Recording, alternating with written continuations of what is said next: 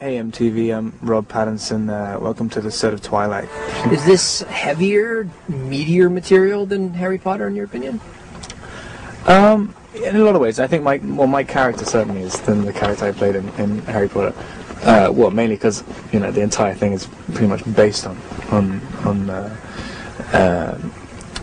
Edward's character and who he is, and I think he's very tortured and conflicted and stuff, so which is very different to what I played in Harry Potter. But I mean, it's a completely different style of book. I mean, it's first-person narrative. It's very obsessive and kind of it's a much more personal book, I think, than Harry Potter is. I mean, in a lot of different ways. I mean, there's only two characters pretty much in a trilogy. Well, I guess three. But essentially two. It's just about a love story rather than a massive adventure and an entire world. I mean, it's set as much as possible in the real world, so it's different. But at the same time, do you see any similarities between the two franchises and the way that these actors and those actors you worked with in Harry Potter are, going at the material? No, I mean, it's kind of...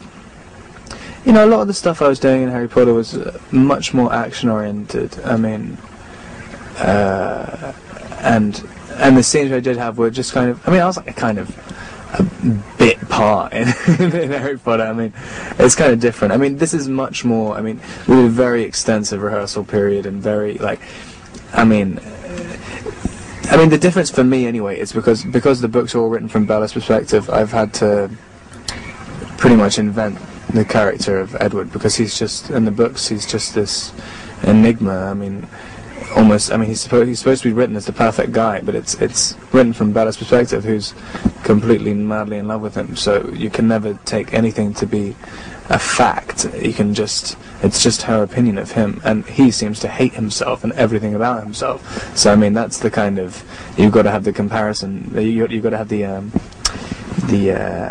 compromise between the two to figure out who he is as much as possible.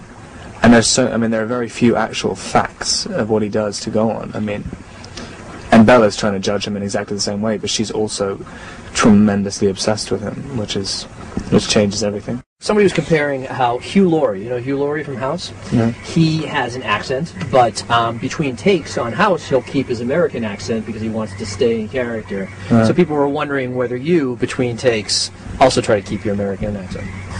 Yeah, I do, kind of. I mean, yeah, I guess I do. I mean, big dialogue scenes, it's just easier just to kind of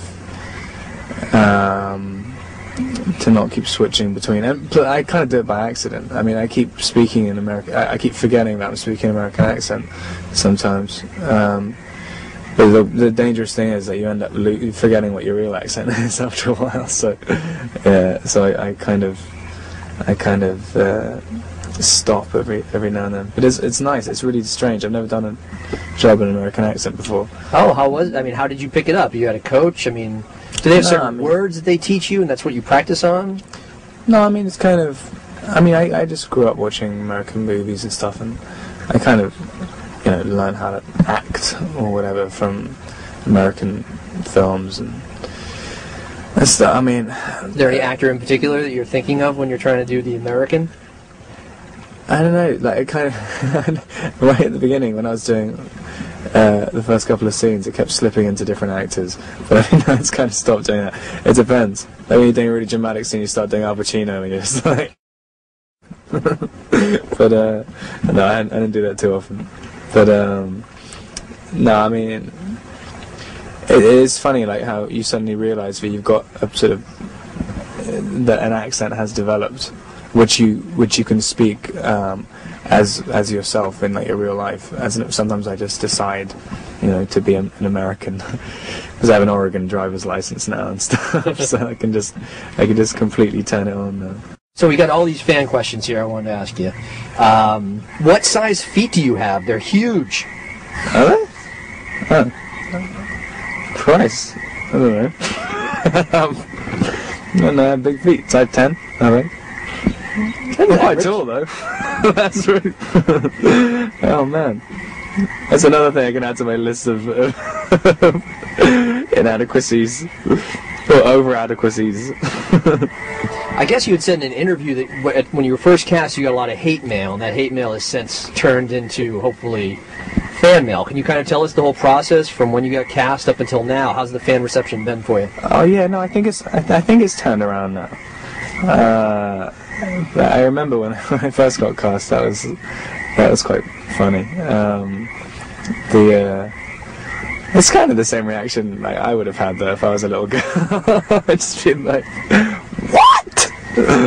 But no, I don't know. I think I mean, I looked at the Twilight thing the other day, and it seemed like a turnaround. But I mean, for a while, I was staying inside. I kept all my doors locked. Just went out with a balaclava on all the time, strapped. I mean, it's funny when you get I watched a couple of these YouTube videos of people who